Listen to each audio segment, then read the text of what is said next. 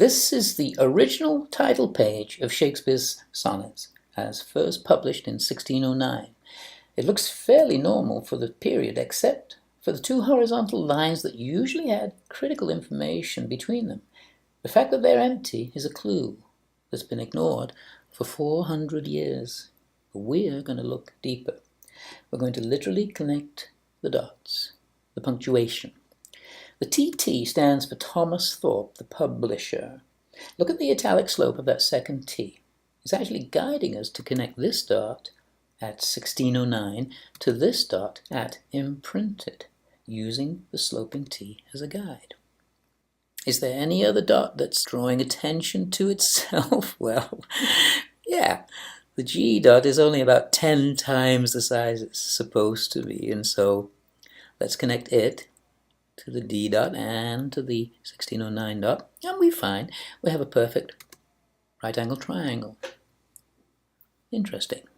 Now, just as that second T was a guide, the dot after that second T is a guide. If we look where the 1609 dot is pointing through there and on up, it lands at the right end of the seemingly random top horizontal line, but obviously it's not random. I'm going to take that point and connect it to the G and it to the D, and again we have another second right angle triangle. Kind of makes you wonder about the second line here, and yes, same situation.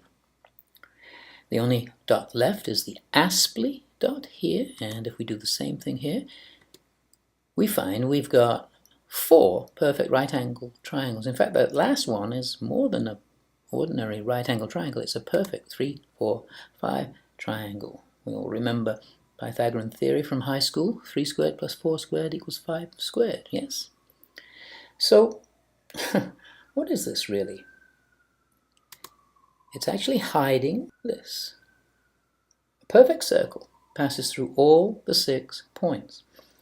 This is a visual representation of something called Thales' theorem, named after the Greek philosopher who scholars believe was Pythagoras' mentor. But Thales is best known as the first person to measure the height of the Great Pyramid of Giza, and he did it using the geometry of right angle triangles. Now let's complete the image by connecting the 2 remaining intersections between the circle and the horizontal lines here and here. Now obviously no one works at this level of precision just to hide some triangles. There's got to be more going on here. We must measure them. I'm going to be really quick here and spare you most of the math, but to satisfy the academics, there's a YouTube channel where true geeks can duplicate the findings and double check their accuracy, such as this divided by this equals this, which is, of course, pi, accurate to 3 decimal places, the world's most well-known mathematical constant, the ratio of a circle's circumference to its diameter. Archimedes calculated it almost this accurately around 287 BCE, so it's no surprise that Shakespeare would know this. But this ratio is known simply as E. Nowhere near as famous as pi, but equally important.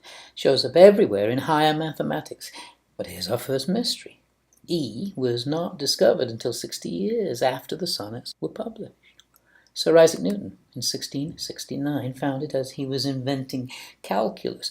Jacob Bernoulli, in 1683, was studying a problem we all can relate to, money and compound interest. And he came up with a simple equation. It's the same formula used by banks today to calculate how much we owe on our credit card bill. Essentially, it's this. 1 is the amount that we borrowed, plus 1.718 is the maximum possible compound interest if it's calculated continuously. Total is E, or $2.718, which we owe the bank. Now, both Newton and Bernoulli concluded that the total, 2.718, was what was really important, and they ignored the 1.718 part. Consequently, it's not considered important in its own right, even today. But we'll put that aside, because what are we to make of this? 1.718, E minus 1. This dual constant has been completely overlooked by modern science, but whoever designed this knew it was just as important as E itself. Here we have a constant that's pretty much unknown to the mainstream, 1.902. It's called Brune's constant, or B2. It concerns a unique category of prime numbers called twin primes, enormously important in encryption and internet security. But here again, this important constant wasn't known until 1919. And yet there it is. What's left? This line divided by this line gives us something we're all familiar with, 1.618, the golden ratio, symbolized by the letter phi. It's been known since at least 300 BCE.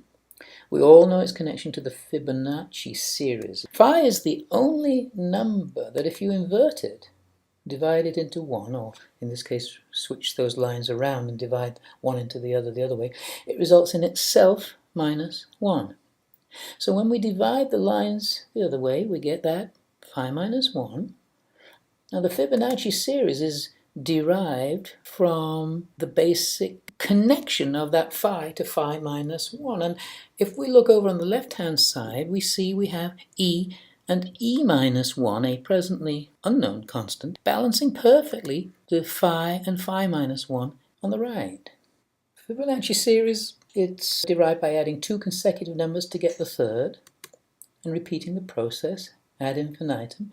The ratio of the last two numbers eventually converges to 1.61803.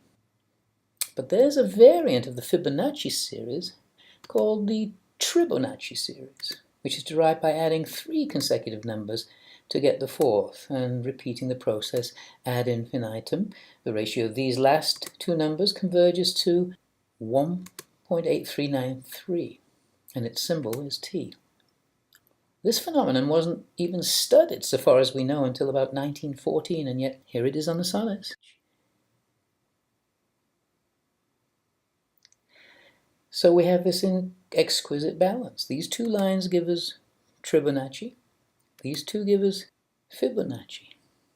And speaking of perfect balance, if we repeat the pattern of taking these two lines and dividing by the common hypotenuse with these two opposing lines, we get square root of 3. Now the Pythagoreans believed square root of 3 was sacred because to them it represented the root of 3, the Holy Trinity. But they couldn't have known that if we invert this ratio, just as we did with the phi and phi minus 1 lines, we get another extraordinarily important constant called gamma, or the Euler-Mascheroni constant. Second only to pi and E in importance, this constant has connections to probability theory, music, and again, prime numbers. But now we're in really deep waters again, because this wasn't officially discovered by Euler until 1734. I want you to think deeply about what you're looking at here. Altogether, 9 of the world's most important math constants, 5 of which were completely unknown in 1609 when the sonnets were published. All this encrypted within just 4 dots and 2 lines. And this is only what's inscribed within the hidden circle. Remember, the 1609 dot was a guide to the right end of the top horizontal line. If we now draw a line at right angles to the common hypotenuse, or the diameter of the circle, we discover that it too is a guide from the 1609 dot here to the left end of that top horizontal line. Also, by drawing a tangent to the circle at G, parallel to the other line, it turns out to be a guide to the left end of the lower horizontal line. These lines are just hanging out at the left. Could have ended anywhere, but they didn't. Clearly, as with everything else, they're precise. Well, if we measure them, what have we got? Sure enough, another golden ratio. And taking the lower line into the equation gives us, incredibly, root 2. Looking now at the only triangle that presents itself outside the circle, it gives us root 5, almost to 5 decimal places. But it also gives us root 6. Look at the letters he's left outside this hidden circle. By G, to B, E, N, E. During the Renaissance, the letter G was often used on maps and emblems to indicate the globe, or the earth. And anciently, the Pythagoreans used the letter G to mean geometry itself, the measuring of the earth. So looking again at these TT dots connected to the G, we have in the easterly direction, E for east, and it's a 0 horizontal baseline. Now, if it's really about measuring the earth, perhaps all these lines that are radiating out from this enormous G dot, drawing attention to itself, they're all radiating out from it. Maybe they are intended to be thought of as lines of latitude. We measure this one, it's 20 degrees exactly. And this one below the horizontal baseline is 20 degrees exactly. And we have another baseline here, don't we, that we discovered the tangent to the circle. If we use that as a baseline, there's another angle here, 20 degrees. They're all perfectly 20 degrees. Makes you wonder about these two, the remaining ones that are on the circumference, the only ones that have not been measured, because they're not perfect. And so we have to measure them by trigonometry. I will spare you the math again. It's all on the YouTube channel though. But essentially we can surmise that because this is obviously oriented to the north of its baseline and this to the east, perhaps they are latitude north, longitude east, NE. Well, the numbers are here and here worked out. Is it true that they are coordinates?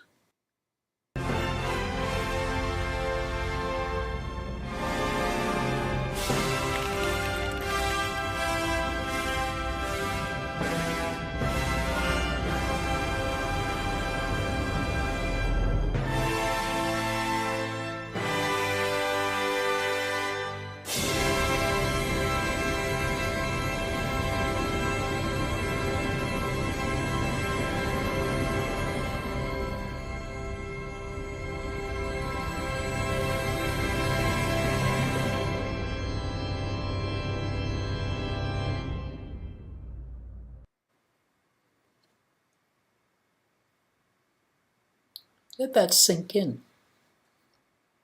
Stunning, exquisite, all done by placement of the punctuation and 2 lines.